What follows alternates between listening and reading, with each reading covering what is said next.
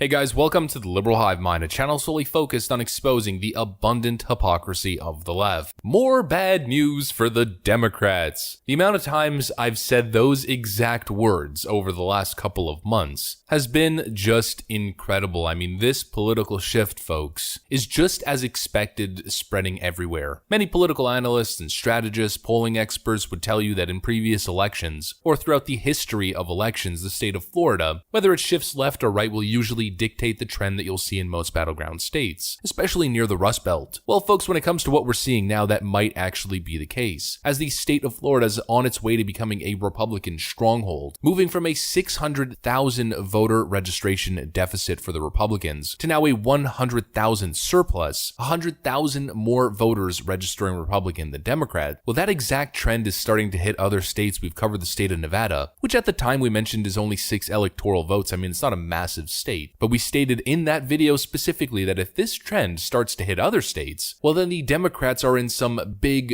and I mean serious big time trouble. Well, it seems as though it's already happening. One of the most, if not the most important state, the state of Pennsylvania, seems to be following the trend, seems to be following the state of Florida, as we're seeing a shift in party registration with 4 times more voters switching from Democrat to Republican than Republican to Democrat. And you heard me right, 4 times more. That trend continues over the next 3 years. We're looking at once again, yet again, another massive, seismic political shift, this time in the state of Pennsylvania, and that is 20 electoral college votes, possibly headed into the right column. We've got some stuff to get into, but of course, before we get into any of it, please make sure to leave a like, a comment, subscribe, share the video as much as possible. We are still shadow banned by the YouTube algorithm, hidden from non-subscribed viewers. And of course, with that out of the way, let's roll the tape. Alright friends, take a look at this. Former Democrats re-registering as Republicans at a surging rate in key battleground state. Republican voter registration is surging in a key battleground state. GOP presidential nominee Donald Trump won in 2016, but lost to Democratic nominee Joe Biden in 2020. According to a report by Reuters, newly updated registration data shows that Pennsylvania Republicans are registering former Democrats at 4 times the rate as Democrats are registering former Republicans, which the Newswire deemed a major warning sign for Democrats as they attempt to hold on to the majority in the state's congressional delegation. The Republican gains in Pennsylvania, home to a critical U.S. Senate race, follow a pattern seen in other states that could have competitive contests in November's elections, as high levels of disapproval with Joe Biden's handling of his job are helping narrow the long-held advantage held by Democrats in numbers of registered voters. Reuters examined registration data in 6 states that could see tight U.S. Senate races in November and generally require voters to be members of a party to participate in nominating contests. While each state tracks voter registration differently, the review pointed to Republican gains in 4 of those states and no substantial difference in 2 of them. Nowhere is the Republican advance in voter registration more evident than in Pennsylvania. Quote, "I just got fed up and just felt like there has to be a better way," said Bertha Jones, 48, a retired Philadelphia police officer who last month re-registered as a Republican, formally ending her 30-year affiliation with the Democrat Party. She went on to cite major increases in inflation and violent crime as the driving forces behind making the switch. According to Breitbart News, Democrats still outnumber Republicans in the Keystone State, 4 million registered voters to 3.4 million, but that is the smallest Democrat advantage since 2005. Folks, you know the Democrats are not looking good when they're losing voters who have been registered Democrats for over 30 years, 3 decades, not to mention a woman. White suburban women and women in general are the most key voter demographic for Democrats to maintain power, and especially in a state like Pennsylvania. If we look at the 2020 election and we look at exit polling data, what really secured Joe Biden's victory was white suburban women. Considering the sensitive race issues, the race riots, and of course the pandemic at the time, Democrats used that to essentially guilt trip white women into voting for them. It's not exactly the most fancy sounding analysis, but it's true. Democrats play on emotions, and generally that has a greater effect on women voters than it does men. If you look at voter splits for liberal parties in general across the Western world, in Europe and everywhere else, you see the exact same trend play out in every Western democracy. Well, Democrats are now in a position where they are losing lifelong Democrat female voters. That's not bad. That's game over for the Democrats. They are losing their most powerful tool headed into the 2022 election in 2024. But let's continue continue on with the article, voters are looking elsewhere for leadership because Susan Wiles and Democrats' toxic agenda has made life more difficult than ever for Pennsylvania families. This is bad news for the Democrats, Kevin Yenerall, a political scientist at Clarion University in Clarion, Pennsylvania, told Reuters. Even in blue Philadelphia, Republicans are making inroads. Voter data shows that 1,315 Democrats in the city have filed forms this year to change their party registration to Republican, more than 4 times the number of Republicans making the opposite switch, Reuters reported. Folks, even in deep, and I mean seriously deep blue Philadelphia, a place that votes 85%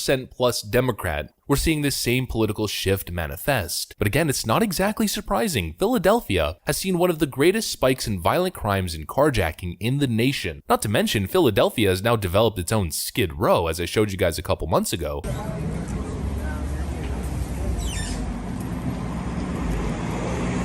Stop filming me. Stop.